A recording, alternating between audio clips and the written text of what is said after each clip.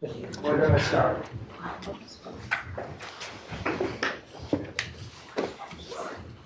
Thank you all very much for coming tonight. This is the Sunshine Week panel of the Colorado Freedom of Information Coalition. If you guys are not familiar with CFOIC, we are a nonpartisan 501c3 nonprofit that educates Coloradans about their rights under our state's open government laws. And we also advocate for government transparency. We put on events like this from time to time, and we're doing it during Sunshine Week, which is a nationwide celebration of our open government laws, the open records laws, the open meetings laws, things like that. So we have a great panel for you. I want to, before we get started, just acknowledge the recent sudden passing over the weekend of a beloved MSU Denver professor and the advisor to the Metropolitan, Alfonso Porter.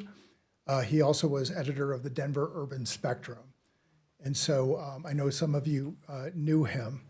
The other person who passed away recently that I'd like to acknowledge, because our subject tonight is book banning, is Joyce Meskis, who was the owner of the Tattered Cover and was actually very involved with CFOIC several years ago. There will be a celebration of her life on May 7th at the Ironworks on West Colfax. And finally, I want to thank our sponsors, and you can see them on the wall. The Colorado Sun, the Denver Post, the Colorado Press Association, Rockford Gray, and the Society of Professional Journalists Colorado Pro Chapter. So Kevin Vaughn, who is a 9 News reporter, formerly of the Rocky Mountain News, formerly of the Denver Post, and other places, is going to help us present an award tonight and talk about our award recipient, who is going to be getting the Gene Otto Friend of Freedom Award. And the award recognizes someone for sustained and/or significant open government activities. And it honors the legacy of Gene Otto, who was a longtime editor and reader representative at the Rocky Mountain News. And she actually founded our organization, CFOIC, in 1987, and was a tireless advocate for First Amendment and freedom of information rights. So, Kevin?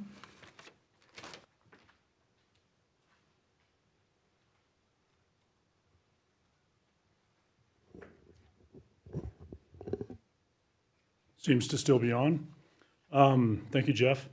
My name is Kevin Vaughn. As Jeff said, I'm a reporter at 9 News in Denver. But in a past life, I spent 11 and a half years at the Rocky Mountain News up until the day that it died. And during that 11 and a half years, I got to work with Marc Flink quite a bit on some pretty consequential stories and freedom of information issues. And I just wanted to talk a little bit about him. I think Marc's going to talk a little bit about Gene Otto, and I'm going to talk a little bit about Marc. I was heavily involved in our coverage of the Columbine tragedy and the various stories that unfolded out of that for quite a number of years, including the effort to have the autopsies released publicly, part of an effort to try to understand what happened on that awful day. And there was one particular story that I was involved in that had to do with the two killers. And my colleague Jeff Cass and I obtained court documents that we weren't supposed to have about a criminal case involving the two killers in the year before Columbine. And we wrote a story about it, and the attorney for one of the killers took legal action. And that legal action included an effort to put Jeff and I on the witness stand and try to force us to reveal the identity of our source who had provided these records. And any reporter knows that protecting a source is job one when you're a reporter. I'm proud of the fact there's a source that provided me with some information over 20 years ago now that I'm still in contact with, and I'm proud of the fact that 20 years later, that person's trusts me because for 20 years I've never betrayed that person. So anyway, in this case, Mark came in and we had several meetings in John Temple's office, the editor of the Rocky, to talk about, you know, what's going to happen here legally? Can they really put you on the stand? And if you guys don't reveal, they could send you to jail. And I had been threatened previously a couple of times with being sent to jail, but I'd never gotten to the point where that ended up in a courtroom. So I wasn't terribly worried until the day that Mark said, when the hearing happens on Tuesday, everybody needs to have somebody designated to come and pick up their car at the courthouse in case they send you to jail. And Mark's best legal advice, as I recall it, was that there is some possibility the judge is going to make you answer this question. And if you refuse to answer it, there's some possibility the judge is going to send you to jail. And I think Jeff and I sort of cavalierly thought, well, that'd be a great thing to have on our resume, right? We got thrown in jail protecting a source. And so the last meeting, I remember the night before this really clearly, and I told this story in our board meeting a few months ago, so it won't be a surprise to some of you, but the night before when we were talking about the next day's court hearing, Mark said, if you guys go to jail, I'm going to jail with you. And I think about that from time to time because I think that the thing every reporter wants, right, is support from their editor, support from their organization, and in some cases, support from their attorney. It gives you confidence to do the sometimes difficult, dirty work of telling difficult stories that powerful people don't want told. So, Mark, I always appreciated that about you. And I want to tell one other story. And I've got to be very cryptic, I apologize. It's about a story that we never ended up writing. So I can't give you very many details, but I'll tell you that it would have been salacious. It would have involved people that everybody knew. And we set out on the course to figure out, once we had heard this story, whether or not it was true, with the idea that if we established that it was true, then we would have to decide whether or not we could publish it and should publish it. And Mark was there in the trenches with us, giving his best legal analysis. But when we got to the point when we had on-the-record sources confirming that this episode that had been described to us had actually happened, then the conversation shifted to sort of the legal position we might be in if we publish this. And then it shifted to the question of, is publishing this story the right thing to do? Because we were buttoned up legally, in Mark's opinion, we were buttoned up journalistically, we had on-the-record sources, we knew this had happened, we were completely confident that the story was true. And Mark was part of that conversation as we talked about what is the right thing to do journalistically. Like, we can publish this, but should we publish it? And at the end of the day, we decided not to publish the story. And I look back on that now, and I'm confident now. I wasn't as confident back then, but I'm confident now we made the right choice, because it wouldn't have served the public in any way other than to tell them about something that they would have found, sensational, but it wouldn't have advanced the understanding of the bigger issue we were looking at. So I appreciate that as well, Mark. Thank you for that. And more recently, during my time at Channel 9, I've gotten to work with Mark a little more as we have been pounding our heads against brick walls for the last several years, trying to get some sort of agreement that will let us listen to police radios again. As some of you may know, over the last decade, this effort to encrypt police radios has sort of swept the country. And so it's not as simple anymore as just buying a simple radio scanner that can listen to people talking on the radio. The police now would have to give you one of their radios. And to date, we've been unable to get to a point where we've had what we think is a workable contract that we could enter with the various police agencies. And so it was kind of nice after some years of not working together to be working again with Mark. And so I appreciate all that, and congratulations on this award. And I know you're going to talk a little bit about Gene Otto, but I just wanted you to know that I and a lot of other people at the Rocky Mountain News and at the other organizations that you've worked with really admire and appreciate the work you did on behalf of the people's right to understand what goes on in their communities, what goes on in their city council chambers, what goes on in the State House.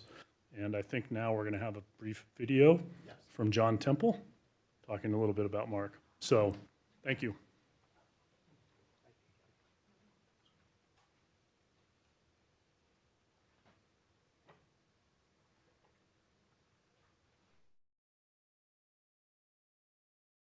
Mark, congratulations on your recognition with the Gene Otto Friends of Freedom Award by the Colorado Freedom of Information Coalition. I'm sorry I can't be with you as we celebrate this well-deserved recognition, but I did want to say a few words because I so appreciated your counsel as we worked together for many years at the Rocky Mountain News. I thought I'd begin by letting you know what ChatGPT says about what a good First Amendment lawyer can do for a newspaper editor. And it said, a good First Amendment lawyer can be an invaluable asset to a newspaper editor in several ways. They can provide invaluable support and guidance, helping them to navigate complex legal issues and protect the newspaper's First Amendment rights. That's not a terrible description of what you did for me, but I'd go a little bit further because I don't think, as a friend of freedom, that definition clearly states what's so important about what you did and how you worked. Because I always felt that you were operating in the public interest in addition to the newspaper's interest, that you had a deeply rooted foundational belief in the importance of a free press and an open society, and that it wasn't just the newspaper you were trying to help. It was a better world that you were trying to help build. And I would just say this, you were a great partner. I only wish we could have done more together. I wish you had been able to be a member of our staff and I could have had you working full time with me. As you can imagine, I would have liked that. And I would just say one other thing about the way we worked together. One thing I really appreciated, and I always have sought after we worked together, was that you had such a thoughtful, detailed, careful perspective, that you were a counter and a willing to ask us tough questions and really make us reflect, but at the same time, you were not trying to impose a legal lid on what a newspaper did. In fact, you were trying to help a newspaper do its work even better than it could have without you. And I want you to know how much I value still today the partnership we had and how much I believe you've contributed to the Colorado freedom of information atmosphere and environment. And this award is richly deserved, and I just want to wish you the best and tell you that there are few like you. Thank you very much for all you've done for me, the Rocky Mountain News, and for Colorado.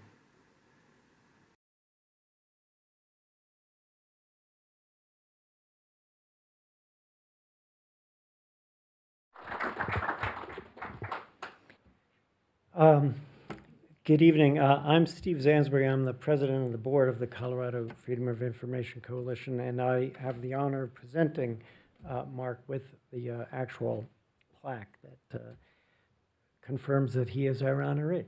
But before I do that, I want to exercise chair's prerogative, as it were, and say a few words myself. I have been practicing law for only 27 years, and all of them were alongside Mark. I began my practice of media law alongside and with a partner of a former recipient of this award, Tom Kelly, who I believe is watching on video. And Tom and I represented the Denver Post while Mark represented the Rocky, as you know. And the Denver Post was owned by another previous recipient of this award, Dean Singleton.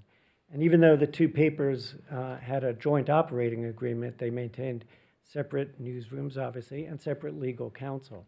And so during that time, Mark and Tom and I would take turns. So as Kevin mentioned, Mark did battle 3 times before the Court of Appeals over the autopsy reports for the victims of Columbine. And Tom and I litigated the killer's journals up to the Colorado Supreme Court. And it went that way. We would just take turns which battle we were going to fight. And whenever Tom and I filed an action, Mark would write the amicus brief on behalf of the Press Association. And whenever he litigated over like Tracy Baker's before the word sexting even existed, sexually explicit texts of a former, what was Tracy Baker's position? Clerk, right, clerk and recorder for Arapahoe County. Then we would write the amicus brief. And I have to say, through all those years of practicing alongside Mark, as you've already heard, I just came to really appreciate his incredible, not just acumen and legal knowledge, but what I think others have already spoken about. His wisdom and his ability to really cut to the core of the issue and have a perspective and bring just a sensibility to everything he did that everyone has already spoken to. And so I'm grateful to have learned so much from you and practiced alongside you all these years. I won't go into detail. There is going to be a blog that further details all of Mark's contributions, not only on behalf of the Rocky and the people of this great state and the cases that he's litigated, but for this organization too. Mark served on our board and has volunteered his time on behalf of citizens fighting for access to government records that they were entitled to and eventually received. And among lawyers, he's just highly respected. I won't detail. He's been recognized by best lawyers in America in the First Amendment category and super lawyers and every organization that awards such accolades upon Mark. But before I invite him up here and present the award to him, I did want to convey additionally 3 congratulations from his former partners. Mark practiced at Baker and Hostetler for 44 years, originally in Cleveland, is that right? And before relocating to Denver. And among the partners who send their congratulations are someone who worked with him actually in Denver for a number of years, David Giles, who is now the general counsel of the Scripps Media Company. A second would be Bruce Brown, who is a partner in the DC office and is also the executive director of the Reporters Committee for Freedom of the Press. And Rachel Johnson from that organization will be moderating tonight's panel. And the last is Bruce Sanford. And for those of you who don't know Bruce, he's a retired partner from Baker and Hostetler and is one of the nation's foremost First Amendment lawyers of all time. He was the general counsel for the Society of Professional Journalists and trained many of the other general counsels, not just David Giles, but numerous general counsels of major media companies. And they all send their congratulations and warm respects. So I'll invite you up here and bestow this upon you. And if my eyes don't fail me, I will read it. The Colorado Freedom of Information Coalition hereby honors Marc Flink with the 2023 Gene Otto Friend of Freedom Award in recognition of his decades-long career providing wise counsel to the Rocky Mountain News and many others, and his unwavering dedication to holding those in power accountable through transparency.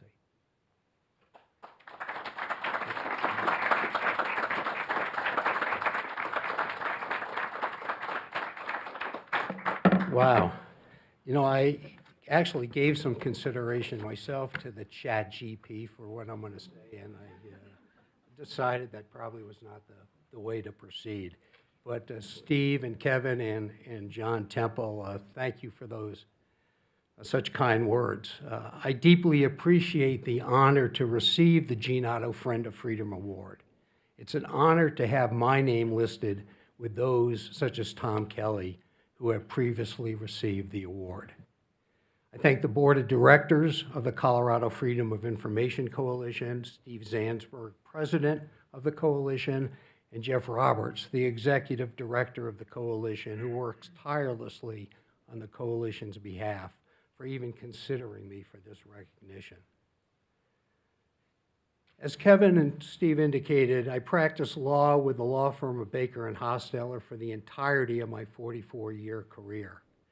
Looking back on my career, I can assuredly state that my most challenging and satisfying work related to assisting media organizations, principally the Rocky Mountain News, and citizens in obtaining information from government under Colorado's open records and open meetings laws, and in assisting the Rocky when they were sued for defamation by the subjects of the Rocky's journalism who did not like the truth of their actions being revealed. The Rocky was a newspaper whose editorial voice and extraordinary enterprise journalism has been sorely missed in Colorado. This award is particularly significant to me because of Gene Otto's association with both the Rocky and the Colorado Freedom of Information Coalition. As indicated, she was the founder. Not only did Gene serve as the editorial and opinion page editor of the Rocky, but Gene had a much broader, distinguished career in the newspaper industry as a writer, editor, and leader of local and national journalistic organizations. As the Coalition website states, Gene was a tireless advocate for the First Amendment and freedom of information rights. Gene was a champion of freedom and a role model for journalists, particularly those with whom she was a colleague at the Rocky. In 1988, Gene was the 34th recipient from the University of Arizona Department of Journalism of the John Peter Zenger Award for Freedom of the Press and the People's Right to Know. The John Peter Zenger Award was created by journalists to honor a colleague for a quality and courageous performance on behalf of press freedom. A little history lesson about John Peter Zenger. He was born in 1697 and died in 1746. He was a printer and journalist in New York City. In 1733, at the age of 35, coincidentally, the age at which Gene Otto began her journalist career, Zenger began printing the New York Weekly Journal. Zenger used the voice of his journal to take aim at the royal colonial governor of New York and voiced opinions critical of the colonial governor. In 1734, the royal governor accused Zenger of libel and had him arrested. When Zenger's case went to trial, Zenger was acquitted by a jury and became a symbol for freedom of the press and the press's ability to be critical of government. In the course of his case, Zenger's lawyers successfully argued that one cannot be held liable for a defamatory statement if the statement is true. This principle is carried forward to this day and provided the groundwork for lawyers such as me to defend newspapers such as the Rocky against defamation claims on grounds that the alleged defamatory statements were substantially true. Now, why am I telling you about the history of John Peter Zenger and Gene's receipt of the John Peter Zenger Award for Freedom of the Press and the People's Right to Know? The reason is that Gene's acceptance of that award made comments about the state of politics and the relationship between government and the press and the people's right to know that are equally applicable in today's world as they were in 1988. There is a saying by the French journalist and novelist Jean-Baptiste Alphonse Carr in 1849, "The more things change, the more they stay the same." Jean Otto's comments in 1988, when applied to the politics and relationship between citizens and the press on the one hand, and politicians and government on the other of today's world, reveal the truth of that saying, "The more things change, the more they stay the same." Jean Otto's comments emphasize that in each generation, hers in 1988 and ours in 2023, there needs to be champions to pursue the people's right to know and to continue to protect the freedom of the press. Now I'm going to read to you a few excerpts from Jean Otto's 1988 Zanger Award acceptance speech titled, "The Meek Shall Not Inherit," that are particularly apropos today. Jean writes, "Freedom of conscience, freedom to learn and evaluate and decide, freedom to speak and to write, freedom to challenge, freedom to hold leaders accountable. These are the legacy of our generation from Zanger and from Jefferson and Madison and Hamilton and Mason. But they do not pass to us automatically. They must be earned anew. They must be valued afresh. They must be recognized as basic to life, or they will be seized from us as surely as freedom was seized from John Peter Zanger." Jean goes on to state, "If the press and citizens fail for whatever reason to challenge those who govern us, we will lose our ability, even our right, to challenge. It is not unpatriotic to criticize government. It is for this very purpose that the First Amendment exists. Yet look at what is happening. The press and the people are increasingly shut off from the information they must have to know what government is doing." Jean continues, "We were foreseen to be a nation of many views, a richly colored quilt under whose constitution we could live with our individual freedoms intact, even when we most differed from each other. That vision today is more blurred than at any time in our history." And as an editorial comment, I would say that in 2023, that vision today is even more blurred than it was in 1988. Back to Jean. "The threads that have bound the pieces of this quilt are becoming frayed. We are becoming a people who are not united in our diversity, but fragmented by our differences. We have made a dirty word out of liberal, on which many of the economic and civil rights reforms have been built. We have replaced reason with rage. We have supplanted comedy and respect with scorn and self-righteousness. We have equated conservatism with greed and narrow interest. In our divisions, we are turning government over to politicians. We are abdicating our duty to govern ourselves and turning the country over to the scalawags. Witness our failure to vote. Witness the falling quality of candidates for public office. Witness our alienation from the very process that guarantees our future. Witness the manipulation of the media and the public by those who want to be our leaders. Witness the unchallenged lies of political campaigns." 1988, Jean Otto said that. "And witness the ripening climate for demagogues." Jean concluded by stating, "The press and the American people, in all their diverging views, need to work together in all our separate ways to make sure that we do not become the instruments of our own destruction. We need to criticize and challenge and confront any government that does not meet our needs. We need to demand answers. We need to speak with vigor and passion and with all our many voices. We need to know in our hearts and minds that if we choose to be meek, there will be nothing to inherit. Zanger would understand. The more things change, the more they stay the same." As I think you would all agree, the gist of Jean Otto's words and concerns in 1988 are as applicable today as they were for her generation 35 years ago. It is difficult to conceive that in 1988, more prescient words applicable to our present circumstances could have been spoken. As Jean Otto also said in the 1990 speech, freedom of information is not just something that is going to exist. It needs to be fought for, whether it's on the local level, the state, or national level.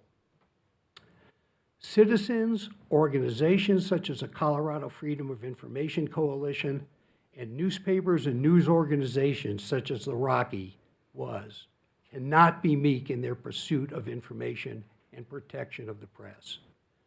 Citizens, the press, organizations that foster and promote the public's right to know and freedom of the press must continuously be vigilant and work diligently to strive for and protect the freedoms that had their roots in the colonies and continue today through the work of citizens who seek to hold government accountable, through the work of journalists such as Jean Otto, through the work of organizations such as the Colorado Freedom of Information Coalition, through the work of attorneys such as coalition board members Steve Zansberg, Tom Kelly, and Eric Maxfield, and those on the coalition's pro bono panel who fought and fight every day for the freedoms we cherish and enjoy. Again, I thank the board, Steve and Jeff, and Kevin for their recognition of my modest contribution to the fight for the freedoms Jean Otto strove to preserve, advance, and protect. Thank you.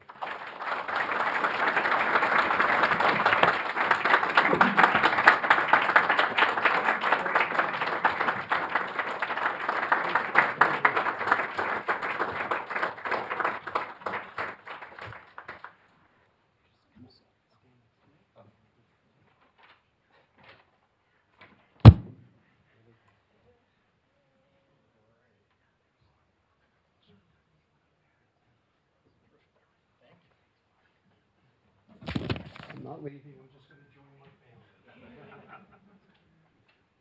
So I think we're ready for our panel. Oh, you were going to introduce that. Yeah. You said- I thought I was going to. So before calling up the panel for tonight's presentation, I want to take again another. I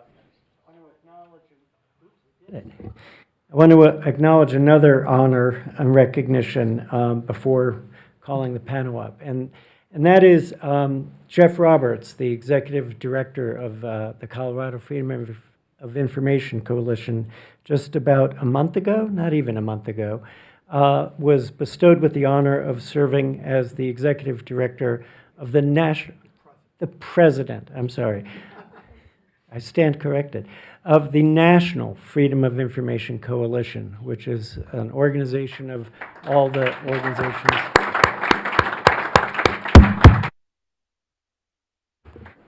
I think it speaks volumes about the tremendous job that Jeff has done for us here in Colorado, that he has been so recognized and honored, and we're lucky to have him. I will at this point call our panelists up, and I'll help rearrange the seat for tonight's panel discussion on banning books. It's my honor to introduce the moderator of the panel, and I'm not seeing her in the room. There you are, I'm sorry. I'm not seeing much, to be quite honest.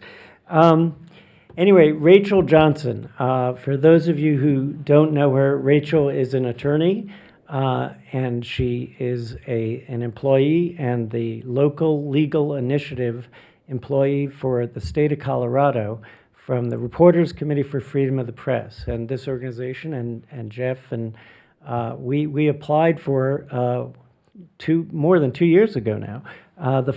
There were a set of 5 local legal initiative attorneys that the Reporters Committee for Freedom of the Press, based back east outside of Washington, in where, Virginia?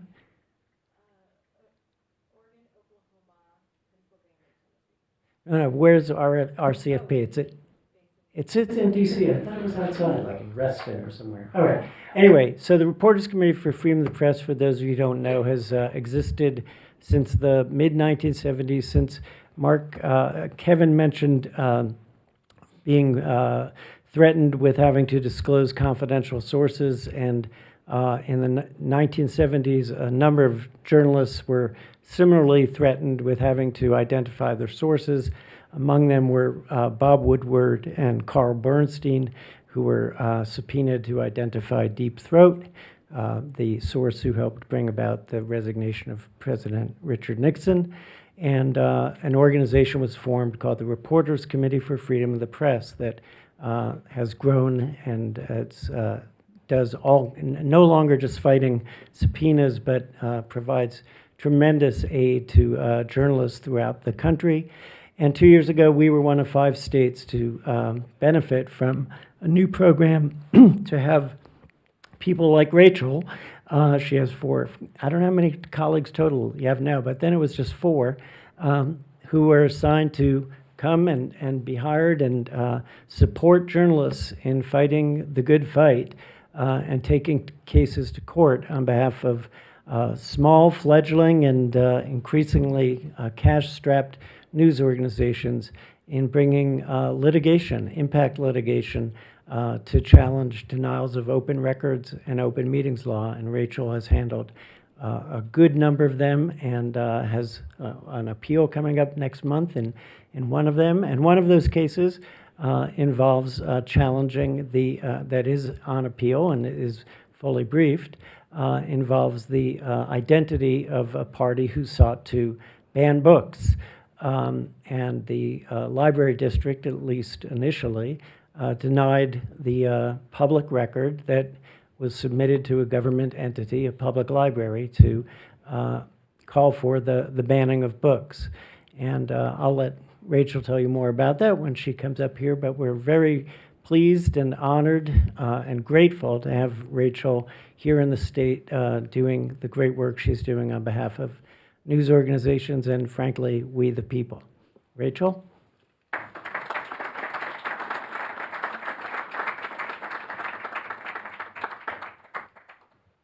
Thank you, Steve. That was very generous. I want to say congratulations to Mark as well. I wish I could have worked with you a little bit more, just being new to the state. Maybe at some point I'll send you an email or something. I'm sure there'll be a case that I'm like, okay, well, maybe not. Steve mentioned that I am working on an appeal, the Colorado Court of Appeals, about a case, the Crested Butte News, where the editor, like Steve said, had sought all requests for reconsiderations from the library, and requests for reconsiderations under CORA, and those requests were related to the removal or banning of certain books in the Gunnison Library. Certainly the editor made the argument that the request for reconsideration forms the names of the individuals requesting to remove the books should be disclosed, so the public has a sense of who is requesting that these books be banned. So certainly more to come. Like Steve said, in a couple of weeks or in the following month, I'll be defending the Crested Butte News at the Colorado Court of Appeals. But I just want to go ahead and introduce our panelists for tonight. First, we have Jamie LaRue. I don't know if you want to come up, Jamie, or if the panelists want to come up. You can just kind of go from there.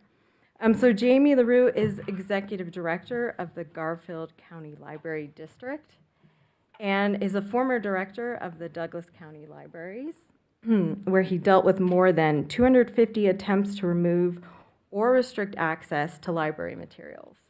In 2007, Jamie wrote a book about this challenge called The New Inquisition, Understanding and Managing Intellectual Freedom Challenges. Jamie was also the executive director of the American Library Association's Office for Intellectual Freedom and the Freedom to Read Foundation from January 2016 to November 2018. Consider the dates here. Jamie dealt with 1,000 challenges around the nation to remove or restrict library materials. Currently, Jamie is working on an essay called On Censorship, a Public Librarian Examines Cancel Culture in the USA. And then next to Jamie, we have Alan Brooks, Alan Brooks, excuse me, is a Regis University professor and author of Burning Metronome and Anguish Garden, graphic novels, and a creator of the award-winning weekly comic for the Colorado Sun called What Did I Miss? Alan was threatened on social media after announcing he was writing a graphic novel that was an allegory for leaving white supremacist movements. Next to Alan, we have Krista Kaffer. Did I say that correctly? Kafer. Okay, got it. Who is a Sunday opinion columnist for the Denver Post. Krista has written about the Gunnison County Library case, currently working on, so we'll hear more about that from you, and is working on a magazine article on that topic. Krista has worked for 2 members of Congress and served as a senior expert on education policy at the Heritage Foundation, and she is a native Coloradan. So am I. Good to be home. So maybe I should start by kind of setting the scene here a little bit about the overall issue that we're going to discuss tonight. You know, there's certainly been quite a bit of national news about challenges to books and the banning of books, censoring of certain ideas, and also, you know, potentially historical books. One interesting statistic that I found, the PEN America report, titled Banned in the USA, The Growing Movement to Censor Books in Schools by Jonathan Friedman and Nadine Johnson. In the year 2020 and 2022, the school year 2020 and 2022, found that more books are being banned in more districts, in more states, and more students are losing access to literature. The American Library Association, Jamie may be familiar, noted that the number of attempts to ban or restrict library resources in schools, universities, and public libraries is on track to exceed record counts from 2021. That was in 2022. And a couple examples about this national issue is that the New York Times reported that a prosecutor in Wyoming considered charging library employees for stocking books called Sex is a Funny Word and This Book is Gay. In the same vein, lawmakers in Arkansas and Mississippi have pushed to ban the 1619 Project by Nicole Hannah-Jones. Iowa and Missouri have introduced bills to punish schools who use that book. USA Today reported that a county in Tennessee voted 10-1 to remove a graphic novel about the Holocaust called Mouse by Art Spiegelman from 8th grade curricula. And then Florida banned a children's book called And Tango Makes Three, about 2 male penguins in a zoo who love each other and have a penguin child. The examples go on. So my first question is there a growing movement to censor books? And if so, what is this movement? And why do you think it's happening now? Sorry, that was 3 questions, but. It was layered. It was a layered question. Is it already on? Okay, good. Yeah, so we're checking out the microphones. I was thinking in times of sort of great times when fear is used as a motivating factor in our country. Those are the times that I see like examples of greater censorship and citizens rallying around censorship. I mean, I think of the McCarthy era. Comic books had sort of a similar thing. There was a guy, Frederick Wortham, who wrote a book called Seduction of the Innocent. It was saying that comic books were making children homosexual and deviant and criminal. And the result is that parents started burning comic books in the streets. And there was this, and comic book publishers had to testify before Congress. I mean, very similar to the things that are happening now. And the comic book industry created this thing called the Comics Code, which was sort of the arbiter of decency in comics. And that lasted until around maybe 2001. So, yes. There's a movement. So I think, it's an interesting era in that instead of, each side saying, that person's made a point, now I'll bring forth my point, a kind of engagement, a dialogue, there is definitely an effort by the far right and the far left to silence opinions with which they disagree. I've written about 325 columns for the Denver Post. A couple of years ago, I'd written a column that had said that the science shows that sex is binary and determined primarily by genetics. A Colorado group came to my editor, Megan Schrader, and said, we want that column pulled. We want your columnist to apologize. She came to me and said, tell me about this column. I showed her the science behind the column, and to her credit, she let that column stand, said no to this particular advocacy organization, and they have, to my knowledge, never since come after me again. The desire to silence an opinion with which they disagreed. I, too, have also gotten a death threat. This one from a Trump supporter who apparently didn't like the fact that I don't like his man. I have the, I guess you could call it the dubious honor of being disliked by both the far left and the far right, who I think they send my editor like letters every day saying, get rid of Krista Kafer. Is that censoring me? Is that, simply an attempt to silence me? Or maybe it was the tweets I got last year with pictures of dead rats and pictures of violence, insinuating that what I had written might get me in trouble one of these days should I walk past a dark alley. There are people like this. Rather than put forth their own opinions, they wish to silence the opinions of others. And it can happen at newspapers. I'm not a reporter, I'm a columnist, an opinion writer. But it certainly does happen to other kinds of writers, writers of books, librarians. Not only a desire to silence, but also a desire to threaten. And I'm sure librarians get threats all the time as well. And it is, it's a little scary when you're driving home and you don't go into your neighborhood the same way twice. I'll leave it at that. Jamie? Are things getting worse? Oh, yeah. And I feel like I really want to reassure America. We have many problems in the nation these days, but number one is not that our children are reading too much. Okay? Just wanted to put that out there. And I think that I see a change in the time that I've been a librarian. I've been a librarian for a long time. And when I was at Douglas County, the changes mostly came from individuals. And it was mostly about the fact that their children, between the ages of 4 and 6, or between the ages of 14 and 16, were going through life transitions. And it kind of freaked the parents out. They wanted to hold them back. They wanted to hold on to their children. It was love and loss and grief. It wasn't necessarily politics or religion. And then 14 and 16, your kids are becoming adults. It's that leaving childhood and becoming young adults. And it was all about, I don't want them to grow up. I want to delay their innocence. It's very human and very understandable. But I would say since about 2020, there has been a huge shift where now it is very much an overt political campaign to, as you're kind of saying here, is to silence anyone that disagrees with you, to seize a public institution, whether it's a school or a library or a university, and say that I'm starting off by saying that you're propagandizing for the wrong team. What they mean is you're not exclusively propagandizing for my team. And I think that there are other dimensions about this. One of them is we have a huge demographic shift now where the most diverse generations that America has ever seen are coming up. And I think there's a certain percentage of white, cisgendered America that are freaked out by that. There's kind of a moral panic about it. And they say that 97% of the focus of public library collections isn't enough. It should be 100%.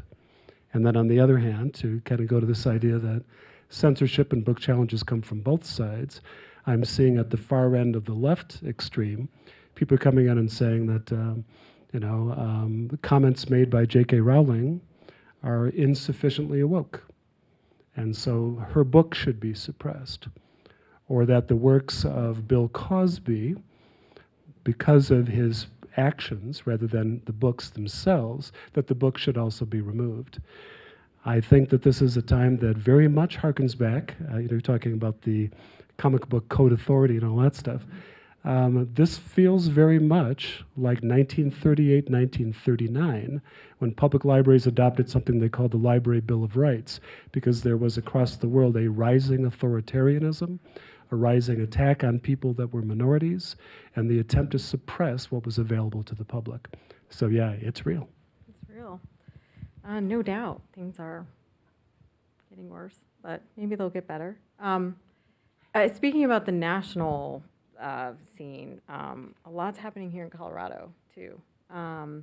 There's been reports from the Colorado Sun. They certainly reported that the Erie Community Library wrongly terminated one of its librarians after she called out their new policy change, which canceled her book program that catered to teens and included LGBTQ and anti-racist content.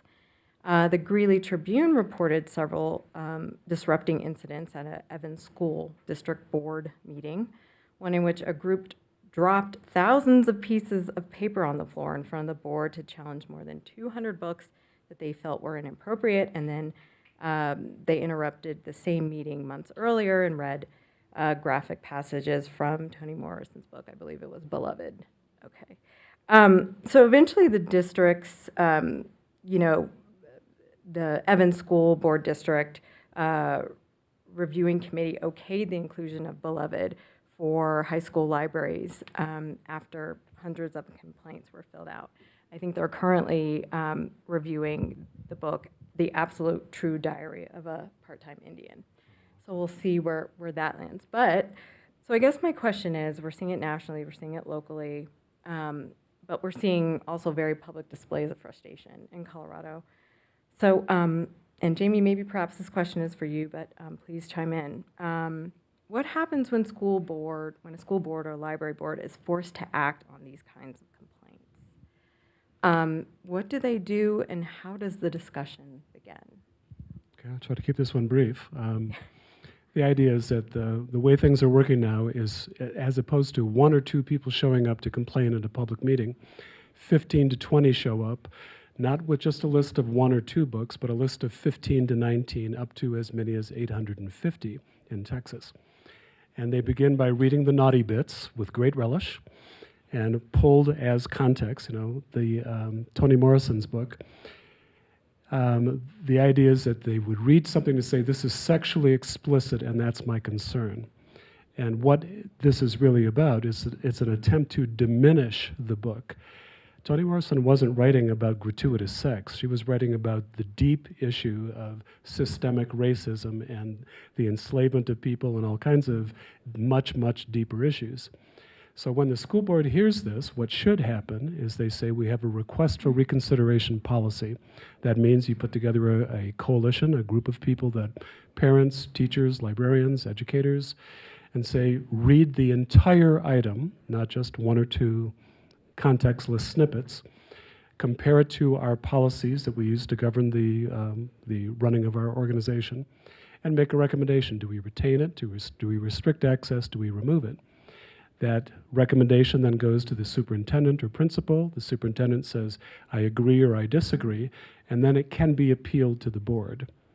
I should point out, just the thing that I find most interesting is that for the very first time in the history of America, to my knowledge, when in Wellington, a group of people, the wife of the library district president of the board of trustees, she came in with 19 books that she wanted to remove.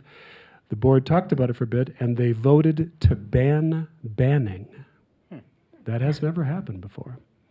So I feel like the interesting part is that first there's an institutional discussion, but now repeatedly they toss it out to the larger community, and by far the majority of communities, even very conservative communities, are opposed to censorship.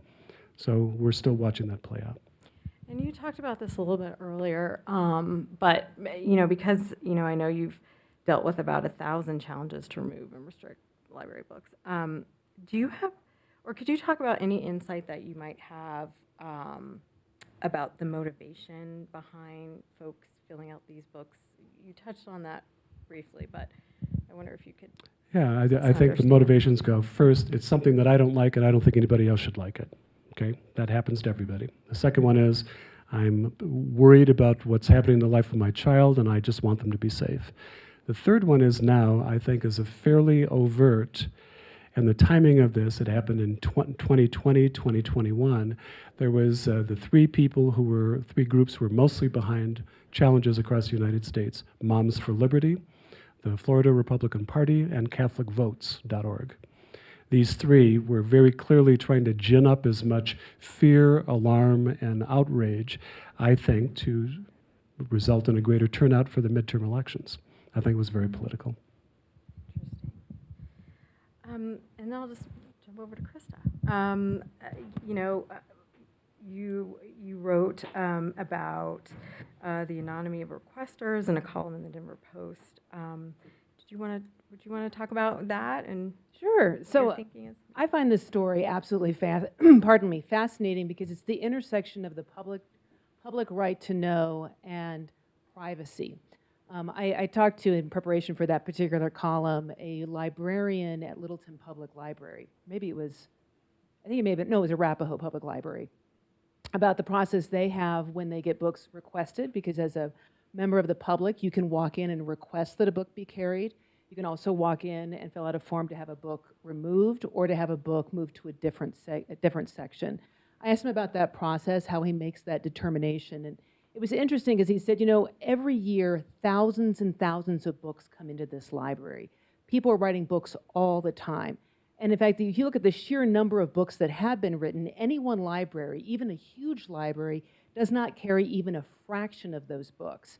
I was thinking, I have a lot of books I read all the time, and I tend to hang on to my childhood books just out of sentimentality. And one of them is a book about space that only goes up to the lunar landing, because I was a child of the 70s.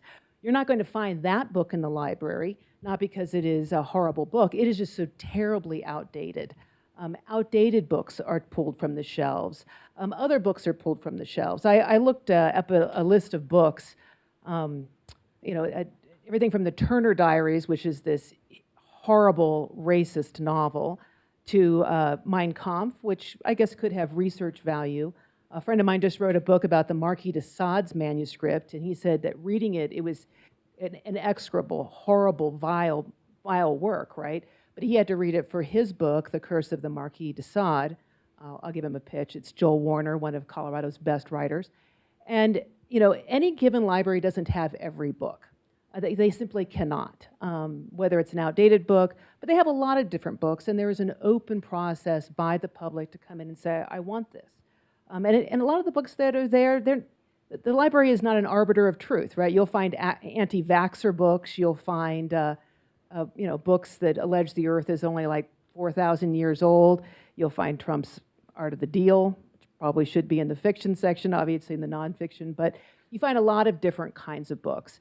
But it's only a very small percentage of the books that are out there, and most books are still available by interlibrary loan. So you have members of the community, taxpayers, coming in and saying, I would like to see this book here, or I would like to have this book removed. There is the availability of those names to the press is what is at issue here. Should these people be classified among users, because your use of a library is anonymous? I looked up a bunch of these books, and the search engine I was looking through for my local library, I don't necessarily want people to know that I was looking up whether the library offered Hustler magazine, Mein Kampf, the Turner Diaries, the Flat Earth Society. I was just curious as if they were there. I don't necessarily want that. Well, I guess it's public now, but if you read a book or look up a book, that is private information. Are those who request a book to be removed or moved, or possibly even people who request a book to be put into the library, should those names be revealed? And I would argue that they should not. I come out on the sense of privacy, especially since I don't know what these names are going to be used. Is this a name and shame campaign of, we now know who this person is, so let's get their name out there? And do we really want that universally applied? If a person in Lamar, Colorado, for example, asks for a gay pride book to be put into the library, should their name be revealed to their community, a rather conservative community?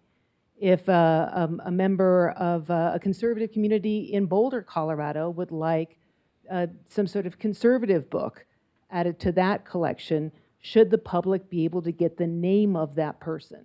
So whether you're asking for a book to be moved or removed, I don't know that your name is necessarily important. What I would like to see, and what in fact is in place, at least at the Arapahoe Library and probably the vast majority of libraries, is a transparent process where the people can say, hey, this book was reviewed by the librarian said, we are going to keep this book, we're going to add this book, we're going to remove this book, or we're going to move this book for the following reasons, perhaps an appeals process, perhaps a board can come in and look at it as well, but a way to go back to the community and say, we've looked at this request and we have made this decision. I think that's the most important thing rather than the names. And I think it's very understandable why people would want the names. I don't know that the sort of the name and shame game is, I think that it may only add a little gasoline to the fire. Anyway, I'd love to hear your thoughts. Yeah, please. I was going to say, this is outside my purview. Oh. So I don't know I don't have a lot of direct dealings with what happens in the library, so I'm going to opt out of this one and listen to what you have to say as a librarian. Yeah, I want to jump in on this one. The Gunnison case is a fascinating example, and I feel like I should back up and say first, I'm so grateful to have an opportunity to gather with people who are interested in the news. We have so much in common with each other. Just as you have a deep value of protecting your source, we have a deep value of patron confidentiality. You mentioned Joyce Mescus. Joyce is responsible for one of the decisions that happened in the law about protecting the privacy of somebody requesting a book. And so I I appreciate your comments, Krista, as I think about how this kind of shifts from one to the other. So imagine somebody comes in and they say, I'm a transgender youth, and I've requested, and I found a book here that I feel is urging people to be violent against trans members of the community. I object to that book. I'm concerned about it. I think you should remove it. And so then we would go through our process. There's a group of people come together. We read the entire book. We look at our policies. We make a recommendation. We make a decision. Now suppose we decide, as we probably would, we're going to retain the book because we're reflecting our culture. We're not trying to drive it in any particular direction. This is what's been written. This is what people are talking about. Now suppose this person says, I disagree with your decision to retain it. I wish to appeal that.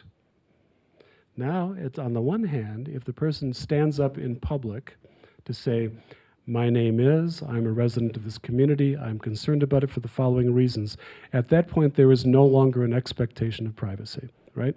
They have appeared in public, they've declared what it is that they want to do.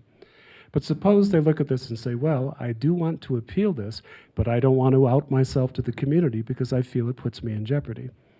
I feel at that point, my profession would indicate that I'm supposed to honor their privacy.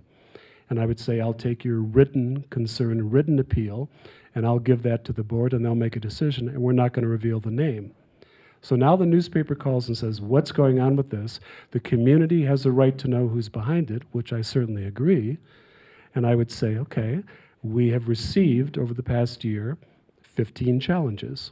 Those challenges fall into two categories, which is true nationally. They are about LGBTQ or they are about people of color. Okay, that's significant, right? I mean, there is a significant sociological fact there.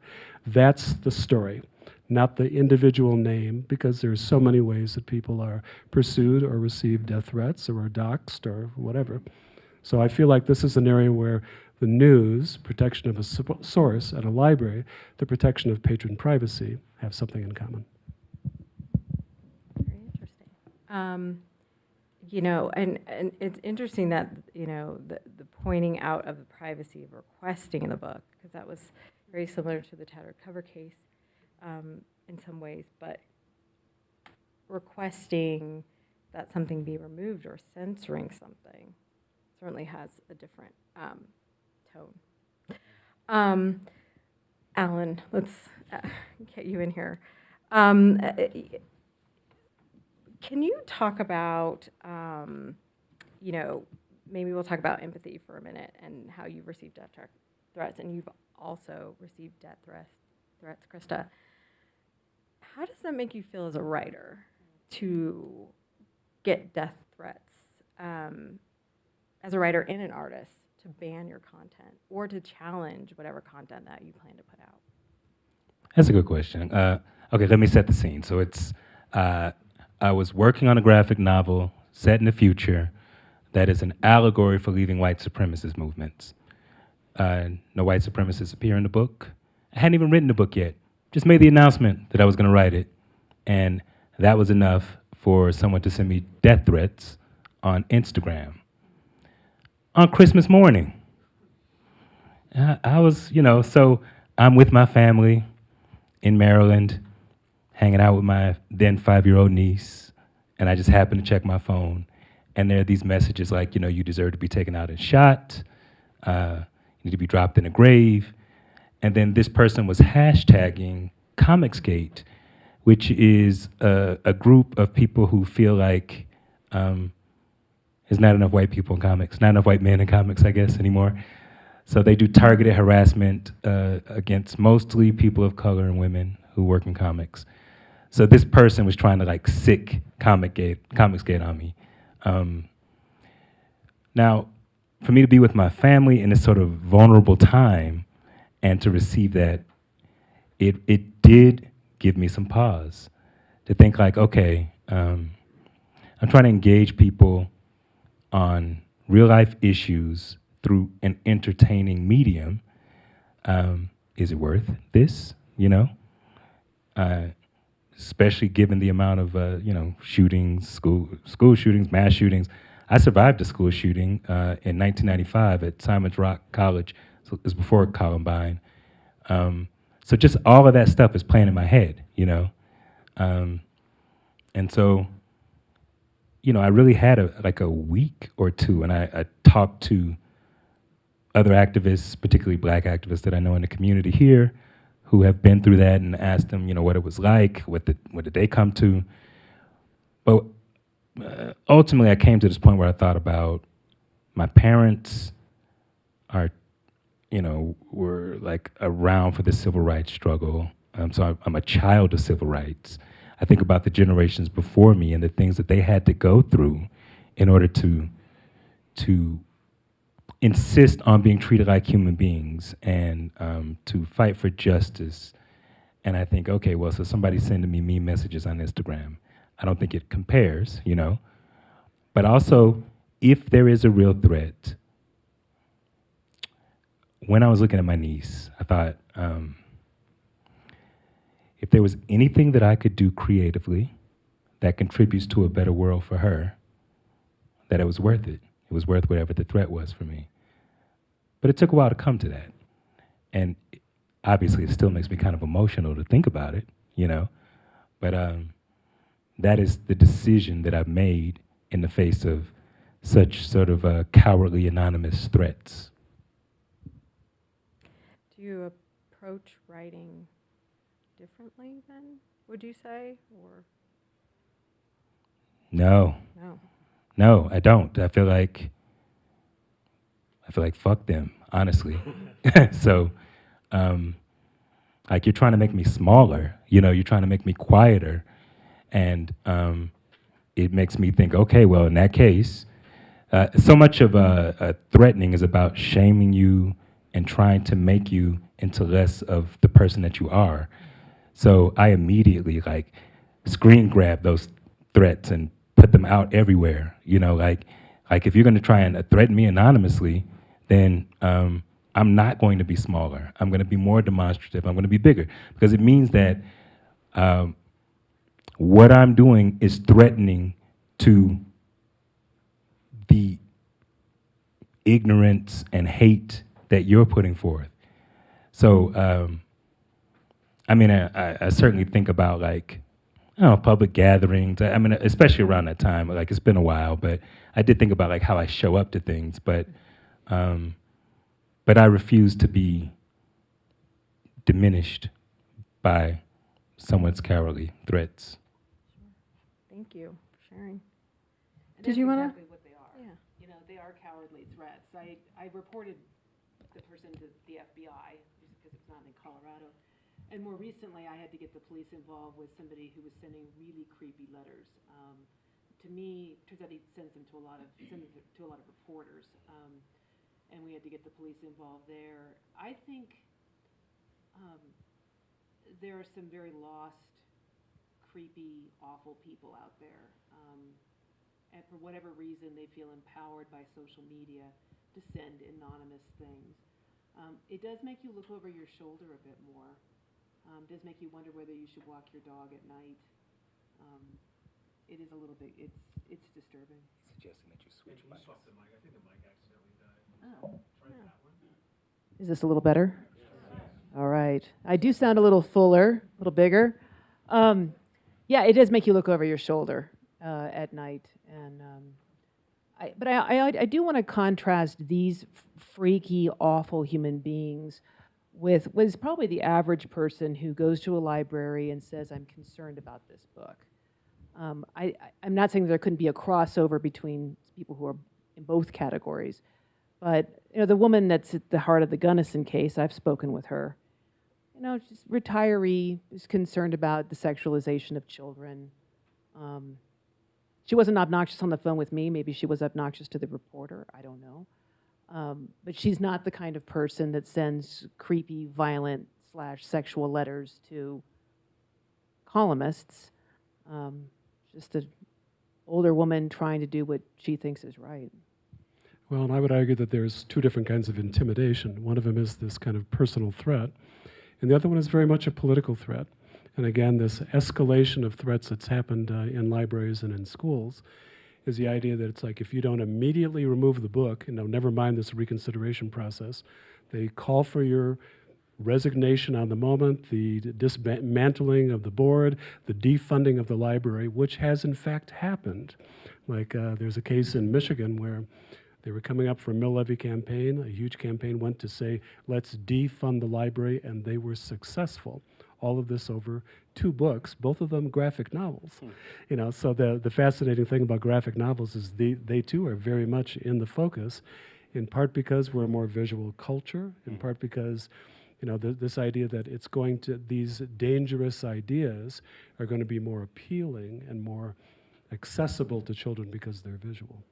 You know, it's an interesting thing because when it comes to the people who are against the medium of graphic novels, there's usually 2 groups. One is people who believe that the medium is for children, like inherently, which is silly. It'd be like saying film is for children, right? Like, it's just a medium, it's a storytelling medium. So there are comic books that are erotic. There are comic books that are about like adult situations, not meaning sexual, but just adult situations. And then there are comic books that are for children, you know? But so those people, and that was central to that whole thing that I mentioned from the 50s, the Comics Code Authority. But then also there are the people who, like the person who sent me threats, who say that there's like forced diversity. You made that point about 97% of the books in the library covering like heterosexual white relationships, and there's 3% that doesn't, but they want 100%. Same thing, comics, like the people who are just mad that it's like, you know, they've seen Superman their whole life, they've seen Batman, they've seen everybody be white, but then they're mad that there's like 2 people who aren't white. You know, like they need everybody to be exactly like they are. And it's a really interesting thing. I wanted to say about, I feel like there's something intoxicating about self-righteousness, it seems. And so I find that I don't think that everybody who's looking to ban books is coming from a pure place. Like, and I'm not saying that you guys are saying that, but I am saying that sometimes we want to believe that it's just a matter of disagreement, but there are certainly political agendas. There is the empowerment of feeling self-righteous, and when you come from that place, then you can present something out of context that you mentioned. I was thinking about like when my mother was a child. There was a guy who had been in and out of prison a lot, and he was telling her and her family and just her community how to live. That's Martin Luther King Jr., right? But I took away the context. So he had been in and out of jail, right? That's a true thing. And he did tell people how they should live. He had to inspire. But it's so often that people do that. They take something, they remove all of the subtlety and context, and they just choose like the most sort of incriminating facts, I guess. Yeah, inflammatory, exactly. Inflammatory facts of the situation. And I just see that at work so much in this entire issue is people taking something, removing the context, and then making people angry or fearful about it. And they get to feel like they are an avenger for righteousness. Anger is a drug. And adrenaline is not a judgment-enhancing drug. I don't know if we had any questions from the audience, because I know it's almost 8 o'clock, so I want to make time for that too. Kevin, go right ahead. Let's grab one of these mics and. I think that's the one that wasn't working. That's the one that was dead, right? Here you go. We can share one. Yes.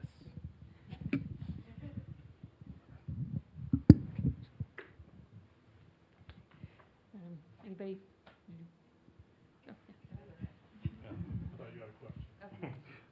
Can one of you talk a little bit more about this library case? Is the court fight over the release of the documents or the identification of the people who filed the documents?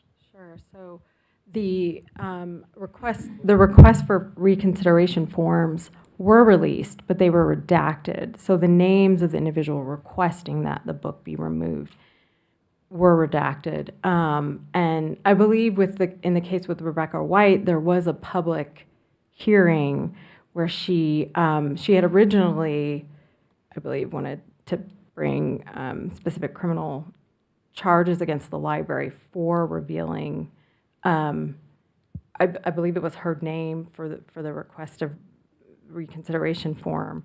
And so there was a public discussion about that. And so in that instance, because that was a public discussion, I think that's how the library originally had it worked out, is that before they decided to ban a book, there was a public conversation. I don't know that they're doing that anymore. I think it's changed. And Actually, can I? Yeah. I was talking to Drew, who's the library director there, and he said it starts off where the woman that you spoke to originally did the complaint, very public at a county commissioner meeting, repeated it at a school board meeting, then filled out the request for reconsideration. The newspaper then asked for a copy of the reconsideration. Library administration said, here you go, there it is. And then that patron went to the police and tried to have the library director arrested for violating the patron confidentiality law in Colorado. So that was dismissed, and then the newspaper then asked for what other requests for reconsideration do you have? And the director says, we're not quite sure what the intersection is here between what the confidentiality law says and what the public right is for access. And they asked for a judge to give an opinion, and the judge said, under Colorado confidentiality law, we view this request for reconsideration as use, as library use, which is protected by confidentiality. So after that, when other requests were provided, the names were redacted. And we're arguing that, we're filling out a form is not using the library. It's not requiring use of library services. Thank you. Thanks. I have a question about user of library, and I know it's sort of a side issue to banning, but I was sympathetic, Jamie, to your hypothetical about somebody requesting, and Krista also saying that we should treat the same forms submitted to request books to be included in the circulation and those that would exclude them. And I think there's a pretty clear line between those two, and it's easily drawn between wanting to increase the store of information available to the public and those who wish to remove information from that. But I understand the statute is neutral. It says user. And so my question is, why do we allow non-subscribers to library services to submit either of those forms? If the person requesting that a book be included in the library collection, but isn't actually a subscriber who can remove that book, check it out and use it, why do we allow people to request books when they don't have the right to withdraw them? And even more so, why do we allow people who aren't library users to say, I'd like to deprive the rest of the public, the subscribers, from having access to this information? I was just thinking, so I'm a member of the Denver Library. I'm a subscriber, I guess is the right, of Denver, also Jeffco. I don't live in either of those places. They just have an amazing selection, and particularly an online selection. And, so I understand the criticism of, well, what if if you're not a member, I'm not really a member of the community, although I am a subscriber. You could conceivably have somebody who is a member of a community but not a subscriber, somebody who's a subscriber but not a member of the community. But everyone's a taxpayer, so in a sense, they're all contributors. Even though I understand the distinction you're making, I would also say that there may be people who live in the community who don't go to the library, or who are outside the community, barely in another adjacent suburb, that have concerns about certain books. They're still taxpayers, they're still members of the public. I think they should have a right to put forth a request, even if that request ultimately is denied.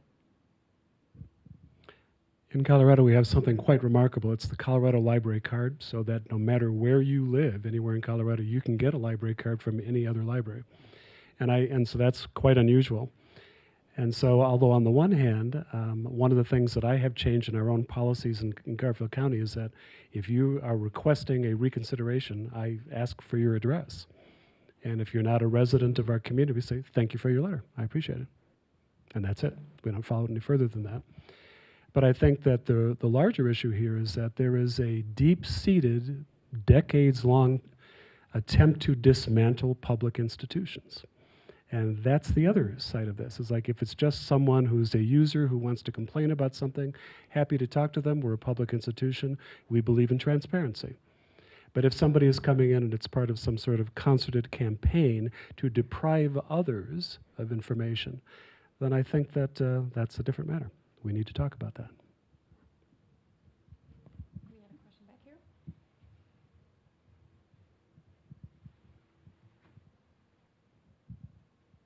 So I'm going to probably ask an impossible question. So book bannings happened in different times in history. Maybe it's never gone away. But how do we get unstuck? I mean, it's really disturbing out there, and lots of vitriol, gets very personal. How do we get people talking again just about the issues and allowing the wide diversity of viewpoints and materials that we want to see in our libraries remain available? What's historically worked, or is there any hope you see? Well, in Marc's speech, there was the quote that you were giving was, and I don't remember the name of the person you quoted, but yeah, yes. So, okay, there was the whole thing about how we have to fight and stand to protect institutions and freedom of the press, and I think that same attitude is about applicable to banning, and I would say that fight is supporting the books that are being banned, showing up to vote, voting out the people who are trying to restrict these things, being active, being vocal. I don't know that there's a simple answer. Maybe you guys have simpler answers, but I do feel like being engaged and not passive is the foundation of that kind of change. Censorship succeeds when nobody talks about it. And so I think one of the great advantages of meetings like this is to say it should be top of mind. We should talk about it when people are trying to prevent access to content. I'd be remiss if I didn't point out I've got order forms for my book on censorship. We should write about that, right? And so pick it up, order that. But I think the other thing is that, and this is like on the more human scale, If it's always framed in terms of a fight, then you're always going to get the, anger on both sides. And I really think, so what I find myself doing more often than not when somebody comes in and they say, you have to stop my child from reading this, I say, stop putting the library in the middle. Could you talk to your child? Could you say, I'm really upset about this book. Could we read it together and talk about it? And what I find is that when we do family book clubs like that, parents find out that their children are way smarter than we thought they were and deeply insightful, and then flip it around. The child should have the opportunity to say, I want you to read this book, and we'll talk about that. So I think that the best way to do it is to say, stop being vague about it, and if you have deep personal fears about it, confront the fear, talk about it with somebody, and read the book. People often say to me they are concerned about the harm that a book can do to a child. And I'm here to tell you, I think the only way you can hurt a child with a book is to throw it at him. I appreciated the librarian that I spoke to for the article that I wrote, or the column that I wrote. And when people have come to him to say, please remove this book from this section, and last year he had two.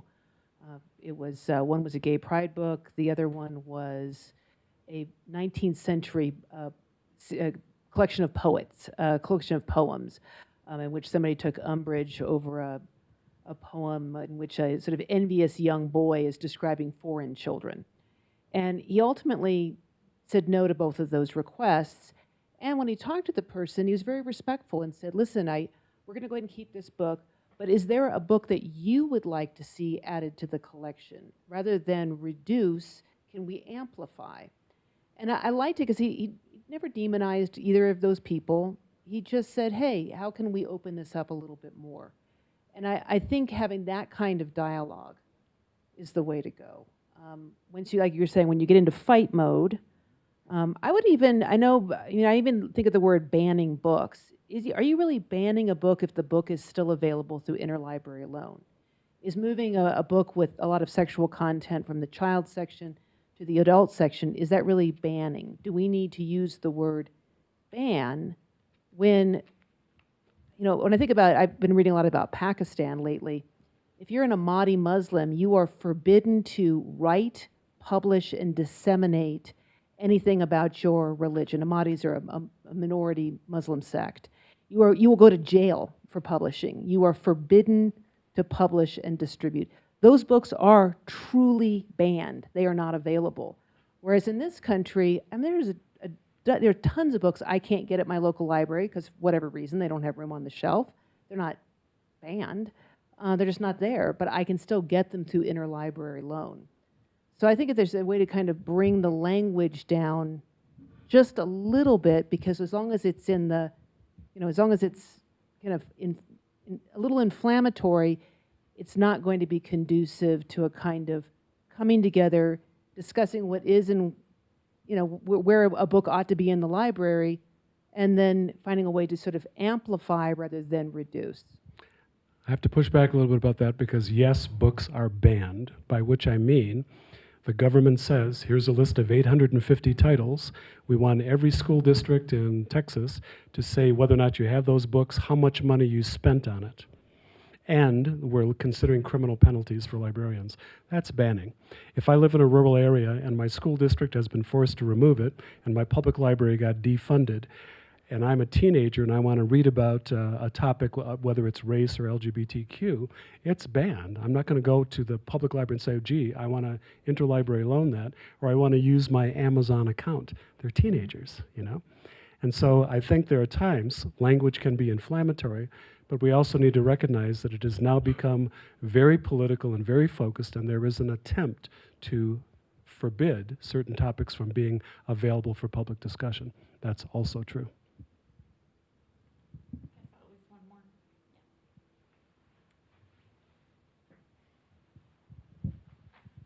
Hi, I was just wondering, it seems to me that, they're coming out and saying, I disagree with this, I want this ban, or it'd be like the 1619 Project, or saying, not just saying I disagree, but saying, you're the worst scum on earth, I'm coming after you. That this is, you always had, people that were out there, but it seems that this is kind of a new trend in what's been going on in the last few years. I want to see. I just want to hear your thoughts. Is it like a particular year, like around the rise of Trump, or just the last few years, or the rise of social media? Is there kind of a demarcation line where you could say things have definitely changed, where it's not just people arguing about the issues, it's just more of this personal, let's ban stuff, let's forbid this speaker from speaking on a college campus, whether that person's from a left or a right perspective. It seems like it's changed. Because I remember when I went to college in the aughts, you would have conservative speakers, you had liberal speakers. No one was banning it. Now it's like the kid, you have every time you have someone that's either, that might have a provocative opinion, no matter where on the political spectrum, you're going to get students or people that say, hell no, we're going to go to the administration. I definitely think social media amplifies everything and makes things a lot more inflammatory. But as I sit here, I'm thinking about the Bible riots of, would that be probably 1870s perhaps, in which public schools, which were religious in character at the time, but primarily Protestant, you had Catholic parents who said, we would really like this Bible used in the classroom.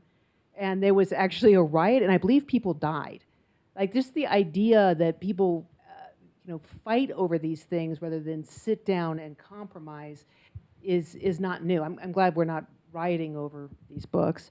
But I think the power, maybe it just speaks to the power of books, the power of the written word, and making sure that we have processes to handle and arbitrate these differences rather than going to, from ballots to bullets instead of going from, papers that request one thing or another to people actually fighting in the streets. I'll go and then we'll hand it back to you because you may have some more comments about social media. I think there was a shift, and I think there were two causes. Social media was one of them, and I was really intrigued. I heard a guy speak about this. So you go onto Facebook, and you just kind of start following the various links that come up, and then the algorithms move you to ever more extreme areas. It's often the case that psychologically we'll say, okay, well, I'm in the middle, but you don't realize that you're now in the middle of a far more extreme group, right? And so there's this kind of accidental extremism that it also reinforces the anonymity that allows somebody to issue a death threat. So I think that's clearly a factor, the fact that you don't know who's talking about this and you don't have a larger shared frame of reference. Used to be 3 TV shows where everybody listened to Walter Cronkite. Now you can go for years and years and only listen to the most extreme speakers on the internet. And then the second was, I think Trump's election really did make a difference. I was at ALA at the time. We got a call from the New York Times, and they said, what is the incidence of hate crimes in libraries as defined by vandalism? People go up and they put racist symbols or anti-Semitic statements. And I said, well, we're looking at our records, and there was 1 in the past 3 years. From Trump's election in November to the end of December, there were 8 hate crimes in libraries. And so there was some sort of permission to express these sentiments. And so I think that part politics, part social media. There's one question in the back.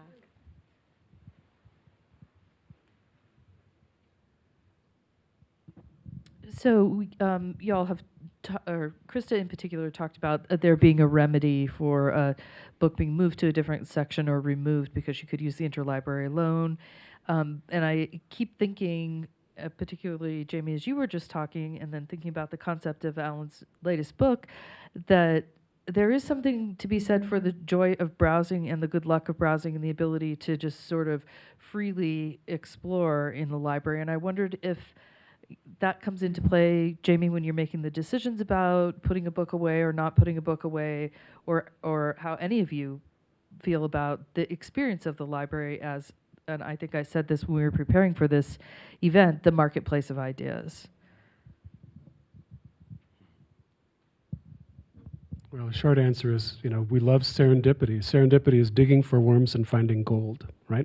So you go in and you look for something and you find something completely unlike it right next to it on the shelf. That's the magic of literature. That's the part that opens your mind. That's what makes the library so fascinating. I think you can talk to almost anybody and talk about how did you find the first book that you loved and how unexpected was that. And I think we have to make space in our society for two kinds of reading, and I would argue people go for two kinds of books. One of them is, I want to see myself represented. I want to see my story in somebody else's life, right? So if you're a black person or you're a person LGBTQ, you come into the library and can't find anything about you, you say this institution isn't for me, okay? So inclusiveness is important for that reason. The second reason, the second kind of reading that people do, is to find something that is not about themselves at all. And I think about, I knew someone who was raised by a Scottish storyteller. She went to the library very first time and found a collection of African folktales, and it changed her life. She eventually she went all around Africa collecting folk stories and became a renowned storyteller herself. Sometimes we need the stories that are not part of our culture, right? That are not part of our time. And that's the great wonder of libraries and institutions, is that we get to hear stories that are not just our own. Well, and where you put a book, I think there is a lot of gray there. So think about Robert Kennedy's vaccine conspiracy book. Do you put that in the science category, or do you put it in the politics category? Somebody puts out a book alleging that the world is only 5,000 years old. Do you put that in the science category? Do you put it in the religious category? So there are some gray areas that we as a public, we trust librarians to make good decisions, and we have a way of feedback, which is these forms for reconsideration, in which we can say, hey, would you consider putting this here, and here's why I think that as a member of the public. And the librarian can come back and say, here's my justification for putting this in the religious section or in the politics section versus the science section. Ideally, it should result in some dialogue.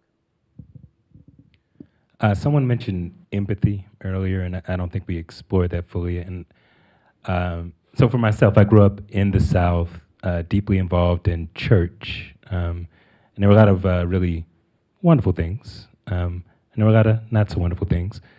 But I will say that in that environment, I did not have any interaction with anyone who was openly gay or from the LGBTQ community at all. And so all I had was this sort of outside understanding, or an interpretation of them filtered through the preachers, or the church members that I was with. And by reading books that were by people from those communities, I was able to gain a fuller sense of their humanity, which of course contributed to my empathy. And so I think when we are sort of homogenizing what's on the shelves of the library, we do sort of run that risk of robbing people of the opportunity to encounter the humanity of people who are not like themselves. And I do think that that's an important thing to protect. So that's what I was gonna say on that. One of our online watchers is asking, is woke a bad word? Well, I just wrote a comic about that. So what I missed, the weekly comic I do for the Colorado Sun, is just like a one-page thing I deal with an issue each week. It's drawn by Corey Redford. I should shout her out for that. Last week, last Friday's comic was about how woke was originally a black slang that meant sort of like spiritually aware, like the way that people use like opening your third eye. Erykah Badu's album from 2008, she sings I Stay Woke. That's what she was talking about. But as with many black slangs, it got appropriated into white culture. In this case, it was white liberal culture, and white liberal culture used it to mean politically aware,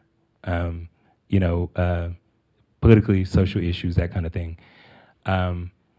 And then around the time that Dan Rather used it, it lost all of its cool, and then white conservative people started using it to mean essentially destroying the country, poisoning children's minds. So the word has been appropriated and reappropriated and moved very far away from its original meaning. And so, I mean, I guess it depends on who you talk to, whether or not it's a bad word, but it doesn't mean what it meant to begin with. And now I just think it's a buzzword to sort of coalesce people on one side or the other, and it almost has no meaning. The reason I'm smiling is it was about 8 years ago. I teach at a lot of different universities, and I remember the students coming up to me about 8 years ago and saying, "Professor, are you woke?" And it was almost like whispered, like, "Are you woke?" And I was like, "Well, I haven't had any coffee in about an hour. I guess I could have a little more." But I think what it's come on the right to come to believe is it's become equated with politically correct. So if you say something is woke, it's a politically correct demand that somebody say or not say something. But like so many words, it's whatever you want it to believe, or whatever you want it to be, it'll be. I'm constantly perplexed and have been for my entire career at people that will yell at me about a story and talk about, now that I'm in television, I can't believe the crap you put on TV every night. And my thought is always, why do you keep watching?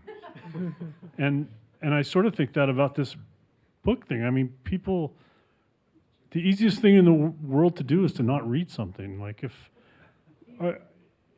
I basically have no hope that we're going to get beyond this. I think we're sliding down life's greased pole on this, not on this issue, but on this polarization that this issue is now a part of. So I have no hope that we'll come to some understanding and this will all be better. I'm just constantly baffled by this idea that if a book that we don't agree with, or a book that offends us, or a book that we don't want our kids to read is in the library, that somehow, some way, I or my kids or my wife are forced to read it or consume it or think about it or be affected by it.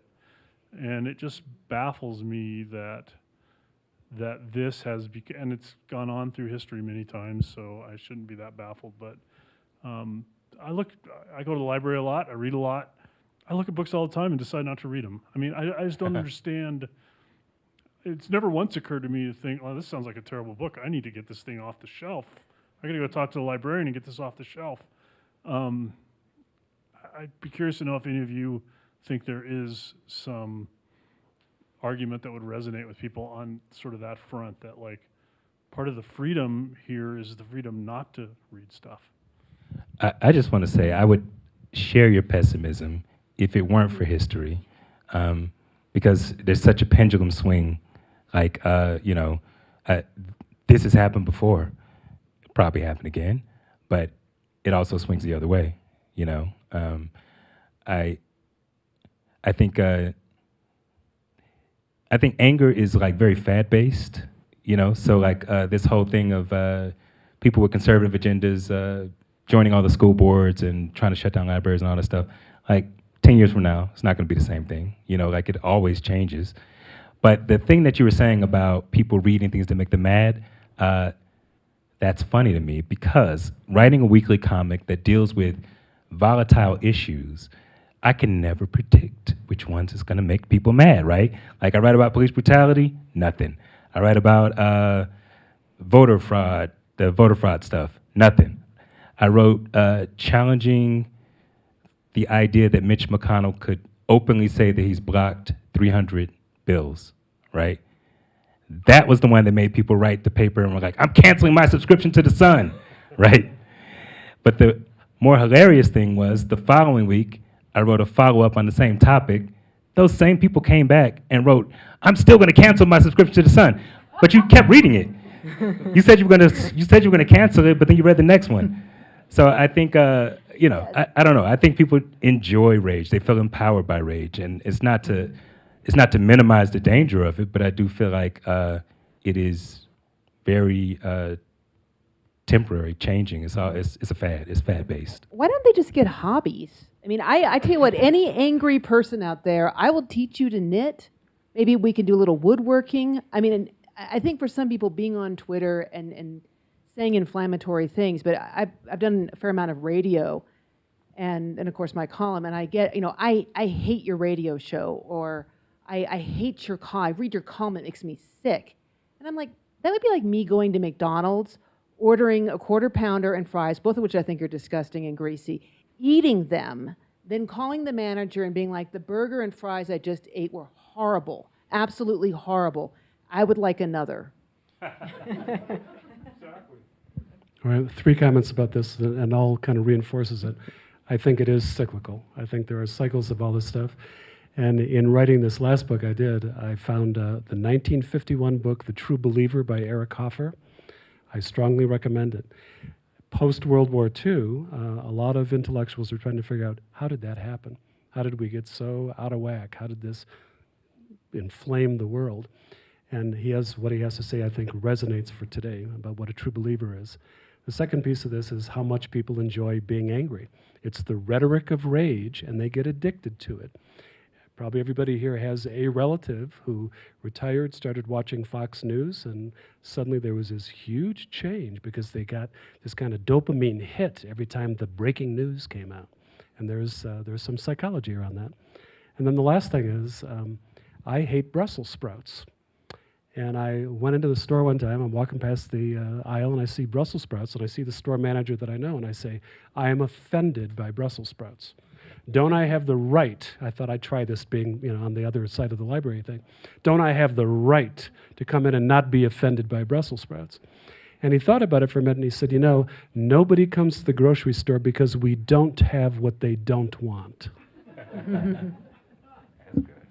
I had some of the nastiest things said about me put on a T-shirt that I wear around the house. I also told anyone who tweets nasty things to me at Twitter that not only will I mute them, but I will give $1 on their behalf to a charity of my choosing, which will be not a charity that they would choose. So how you deal with nasty people, do not engage with them. Just mute them, move on, give $1, make a T-shirt. But by engaging them, that's how you empower them. We have at least one more.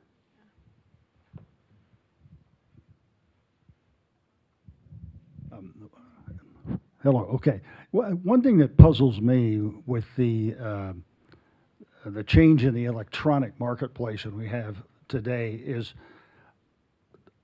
how would banning books prevent kids from getting their hands on them? Now, I mean, I'm old enough pre-pill that there was not a lot of sex going on in my high school, but that didn't mean that the girls weren't reading some of the trashiest, most outrageous bodice ripper kinds of books. I don't know where they were getting them. They sure as hell weren't getting them from the library, and they weren't ordering them from Amazon. And if it seems to me that if you're a parent or whoever, you think you're going to protect people. I mean, I order books from Amazon sometimes because I see a passing review and I find a beat up copy for $1 and $3.99 to have it shipped. I figure for $5, how can I lose? Even if I only read the first 5 pages, And it's so accessible. So I'm addicted to Carl Hiaasen novels. Anybody else read Carl Hiaasen? Yeah, former journalist, funniest man. A couple of his books, if I were on a desert island, those would be the books I bring with me because they're that funny. But they have a lot of sex in them. They also have usually some kind of an accident involving male organs. They have a lot of swearing. To his credit, Carl Hiaasen also writes juvenile books, and they are just as clever and funny, but they have no sex, no references to parts, and no swearing. I know that kids know about sex, but it troubles me that there are authors out there writing explicit sex books for young people. I mean, sex is a part of life, but it's an adult part of life. I would no more give my 13-year-old niece my favorite Carl Hiaasen books. Those are just for me. I would be happily give her a set of his juvenile books. So while I realize, I occasionally like a good bodice ripper myself, but I do think that there is a time and place in which there's something to be said for allowing a 12-year-old to be a 12-year-old and not to be involved in the things that we as adults may watch on. I love Game of Thrones. I would no more have my 13-year-old niece watch Game of Thrones with me because of the very, very explicit sex scenes. Just because she's young, and I want that part of her life to be preserved for youthful activities. And we know from science that kids who have a lot of sexually explicit sex, shown to them that it could trigger early sexual onset, which is not healthy. You know, I'm talking 12, 13, 14, 15-year-old kids, physically and emotionally are not ready for that. So I think there's a difference between saying, no, you know, certainly we can have these books, but do we necessarily want them in the juvenile section? And why is it that there are people who are writing very sexually explicit books for a young audience? That seems a little troubling to me. So yeah, two comments about this. One of them is how do you keep your kids from knowing what's going on in the world? We had all these challenges to library databases, and this group says, you know, we've figured out a way the librarians are pushing porn at middle school students through EBSCO, you know, which is about a periodical database. And I'm thinking, you know, that's not, if you're looking for porn, you don't start with a library database. I mean, you just don't, you know. And so if you have 13 years old, you have access to the world already, and that's just the way it is. I push back on this idea about, you know, there's some sort of magical age when you stop being a child and you start being an adult. The truth is, it's a continuum, and you're constantly investigating things. Remember my dad taking me to see, I think, is like a big re-release of, you know, some movie that had a fair amount of sex in it, and I was like 6 years old. I remember that there was a big fire, right? And so if you're old enough to understand it, I think you do understand it. It's one thing to say, I'm pushing sex at you, I'm sitting down as an adult, and I'm, you know, pushing you to read this, and we're always watching these things together. But I think if I have enough faith in the two children that I've raised to know that they get interested in things and they investigate it to the point where they learn what they wanted to know, and then they move on. Everything connects to everything. That's the one thing I've learned as a librarian. And I think it's better to encourage curiosity than to encourage timidity. I like that point. All right. So in 1984, I was 8 years old, and my grandmother had the book 1984, George Orwell. And I said, "Grandma, what's that?" Because that's what my voice sounded like in 1984. And she said, my grandmother was a teacher, and she said, "Read it." I read it. And what I remember mostly from that book was the concept of doublethink. This is from my 8-year-old reading. Then I read it again when I was 27, and I was like, there was sex in this book? You know, like it was there, but it didn't register, you know? It certainly wasn't what the book was about, but I think you do make a very fair point. Like, there were certain things that stood out to me, and my 8-year-old understanding of the book versus my 27-year-old understanding of the book is vastly different. And when I reread it as a 27-year-old, I was like, that doublethink wasn't even a dominant theme in the book. It appeared, but for some reason in my 8-year-old brain, that was like, that's the thing. That's what this book is about, you know? I think you were right. You got the Yeah. right point there. So that was interesting. I remember the rats. I remember, are you there, God? It's me, Margaret. Yeah. Yeah. Any other questions, or should we? We answered all the questions. Another problem solved. Thank you, panelists, so much. Very great discussion. Okay, Jeff, you're going to come up. It's a pleasure to meet you, Krista. I'll look for your stuff. Yeah, And Alan, thank you. Just want to thank everyone for coming in person and online, and we'll be posting this, well, it'll be on our YouTube channel, but also put it on CFOIC's website, which is coloradofoic.org, and people who didn't get to see it tonight can see it later or watch it again. Thank you to our moderator and our panelists. Wonderful discussion. Really appreciate it. I just want to say really quick, my books are outside, including the one I got death threats for. Right on.